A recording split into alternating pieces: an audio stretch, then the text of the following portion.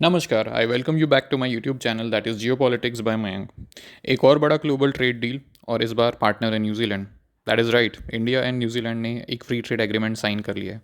इधर आप देख सकते हैं पीएम मोदी की ट्वीट, जैसा कि यहाँ पे पीएम मोदी लिख रहे हैं, an important moment for India and New Zealand relations with strong push to bilateral trade and investment. My friend PM Christopher Luxon, जो कि न्यूजीलैंड के प्राइम मिनिस्टर है, and I had a very good conversation a short while ago following the conclusion of the landmark India and New Zealand Free Trade Agreement.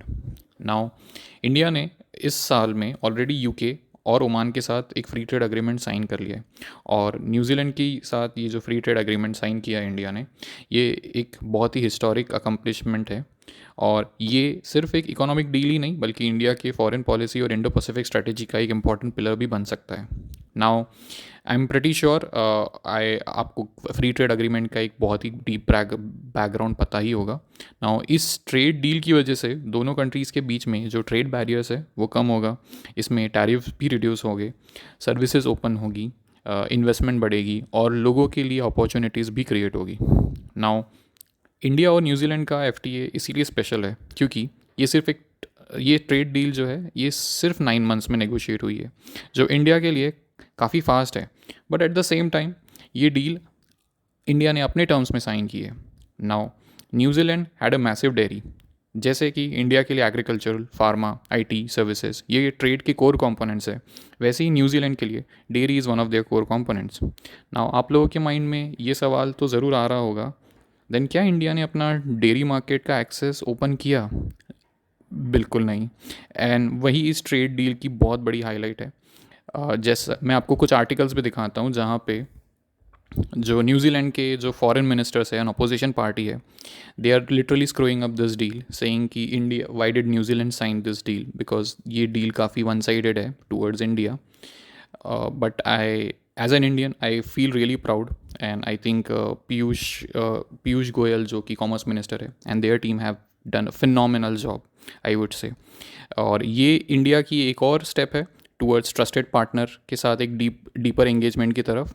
और ये deal India की Indo Pacific strategy जो है उसकी presence को काफ़ी strong करती है। नाउ इधर मैं एक पीयूष गोयल सर की एक वीडियो ज़रूर प्ले करूँगा to express his thoughts and what are the key features of this trade deal. तो चलिए इसे प्ले करते हैं एक बार। Which have not been opened up with any access. We have also been very conscious of ensuring that our MSMEs and our startups, innovators get big opportunities in New Zealand.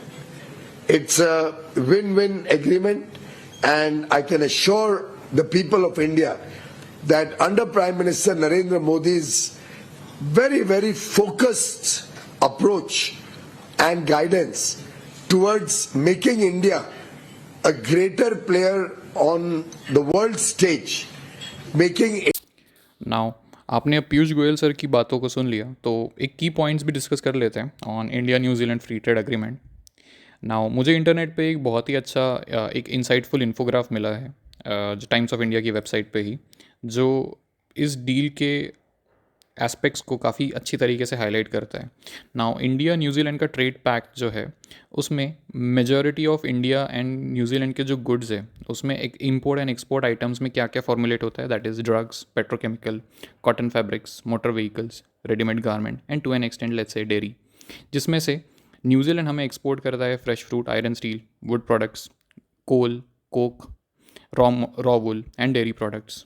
Okay, now India और New Zealand का जो trade है in terms of let's say amount, it would stand around close to $2 billion, and I'm pretty sure with this trade deal it is just going to go like 8-10 billion dollars in next 2 or 3 years. Now इस trade की कुछ highlights है, जैसे up to 95% of tariff reduction on Indian goods. Now New Zealand ने commitment दिया है कि वो अपने लगभग 95% एक्सपोर्ट्स पर टैरिफ एलिमिनेट सिग्निफिकेंटली रिड्यूस कर देगा। मतलब इंडियन मार्केट्स में न्यूजीलैंड के प्रोडक्ट सस्ते होंगे और कंपटीशन बढ़ेगा। सिमिलरली इंडियन एक्सपोर्ट्स को भी बहुत बूस्ट मिलेगा।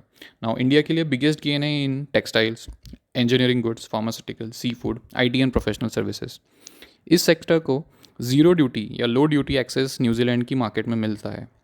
Now in terms of trade growth target, दोनों कंट्रीज़ का टारगेट है in next 5 years bilateral trade को डबल करना. And with all this analysis I think it is going to go 4 times as per my analysis. Okay, now apart from that, इस trade deal का एक और की component था, that was investment commitment. Now New Zealand ने announce किया है that $20 billion, which is approximately 1.6 lakh crore का इन्वेस्टमेंट ओवर नेक्स्ट 15 years, जो इंफ्रास्ट्रक्चर, क्लीन एनर्जी, लॉजिस्टिक्स और मैन्युफैक्चरिंग में आएगा.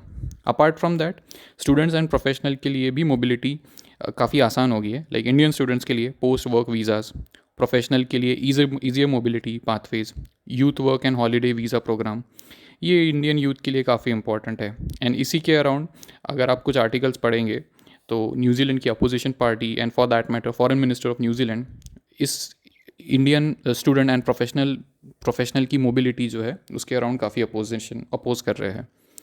नाउ एग्रीकल्चर और एमएसएमई जो है उसके अराउंड भी कुछ डेटा पॉइंट्स इस आर्टिकल में हाईलाइट होते हैं. नाउ एग्रीकल्चर एंड एमएसएमई के लिए ये डील बहुत मिक्स बट स्ट्रेटेजिक है. नाउ इंडियन फार्मर्स के लिए process food, spices, sea food जैसे प्रोडक्ट्स के लिए एक बेटर एक्सेस मिलेगा. नाउ एमएसएमई को ग्लोबल वैल्यू चेन का हिस्सा बनाने के लिए चांस भी मिल सकता है. लेकिन डेयरी जैसे सेक्टर बहुत ही सेंसिटिव है और उसमें इस डील के दौरान इसमें एक प्रोटेक्टिव क्लॉज भी ऐड किया हुआ है, which is smart if you ask me.